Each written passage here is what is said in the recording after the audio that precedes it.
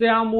មួយបើមិនជឿកុំប្រមាថតែបើឆ្លាតជួយ share ទាំងអស់គ្នាប្រិយចំណិតសម្រាប់ពុកម៉ែបងប្អូនដែលជឿជាក់លើក្បួនហុងស៊ុយណាដោយអ្នកជំនាញហុងស៊ុយបានលើកយកប្រការទាំង3យ៉ាងដែលមិនគួរកើតមាននៅក្នុងផ្ទះរបស់អស់លោកអ្នករបស់3យ៉ាងនេះគឺថាបើសិនជាមាននៅក្នុងផ្ទះអស់លោកអ្នកនោះសំណាងល្អនឹងជៀសចេញតែម្ដងគឺថាស្រូបយកសំណាងល្អចេញបាទចូលមកវិញដោយសំណាងអាក្រក់អញ្ចឹងហើយបាទវត្ថុឬក៏របស់ទាំង3យ៉ាងនេះគឺមិនឲ្យមានជាដាច់ខាតបើសិនជាមានបាទសូមប្រញាប់កែខៃជាបន្ទាន់ណាបងប្អូនជឿឬមិនជឿ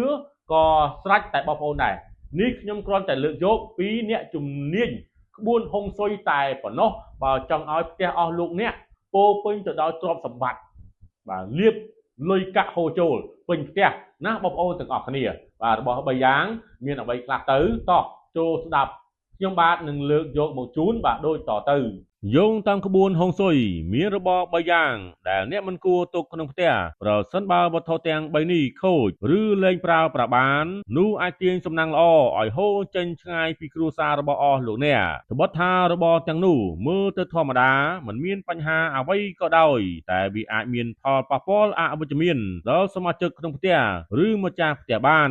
របបទាំង3មិនគួរមានក្នុងផ្ទះរួមមានទី1គ្រប់ភ្លើងទាំងអស់នៅក្នុងផ្ទះមិនត្រូវមានអំពូលដែលខូចបើកមិនបាននោះទេព្រោះភ្លើងប្រៀបបាននឹងភ្នែកនាគកាលណាអំពូលបែកប្រៀបដូចជានាគបិទភ្នែកជាពិសេសហិរញ្ញវត្ថុនឹងមិនហូរចូលមកទេក្នុងនាមជាម្ចាស់ផ្ទះត្រូវតែត្រួតពិនិត្យជានិច្ចដើម្បីការពារហេតុការណ៍មិនល្អឬប៉ះពាល់អវិជ្ជមានដល់ផ្ទះទី2តំបន់ទ្វារខាងមុខត្រូវបានហាមឃាត់យ៉ាងតឹងរ៉ឹងដើម្បីកុំឲ្យខូចខាតឬមានកណ្ដុរកគេទ្វារដែលចាត់ទុកថាល្អ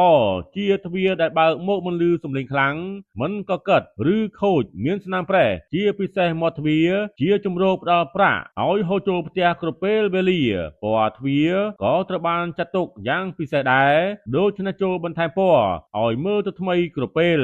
ព្រោះទ្វារប្រៀបដូចជាមាត់នាគពេលខូចវាដូចជាកំណប់ដែលមិនអាចបើកបានមួយវិញទៀតពេលមានបញ្ហាមាត់ទ្វារទ្រព្យសម្បត្តិនិងលុយកាក់មិនអាចហូរមករលូនតាមទ្វារបានឡើយ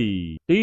3មានរុក្ខជាតិងាប់នៅជុំវិញផ្ទះជាពិសេសផ្ទះដែលមានដើមឈើធំកាលបើមានដើមឈើងាប់ឬមើលទៅមិនស្អាតត្រូវតែកែប្រែភ្លាមព្រោះឆ្នាំខ្លាត្រូវជាឆ្នាំដែលមានដើមឈើសម្បូរសបាយជាពិសេសដើមឈើធំបើងាប់នៅបាតឈើបាជាមិនល្អនោះទេវាមិនតាក់ទាញភាពត្រជាក់ត្រជុំលុយកាក់និងសំណាងល្អដល់ម្ចាស់ផ្ទះនោះទេបើដឹងថាមានរបរទាំង3ក្នុងផ្ទះហើយចូលប្រញាប់កែខៃភ្លាមជាជាងនាំសំណាងអាក្រក់ភាពអពមង្គលនិងភាពគ្មានហុងស៊ុយតាក់ទាញដល់ម្ចាស់ផ្ទះ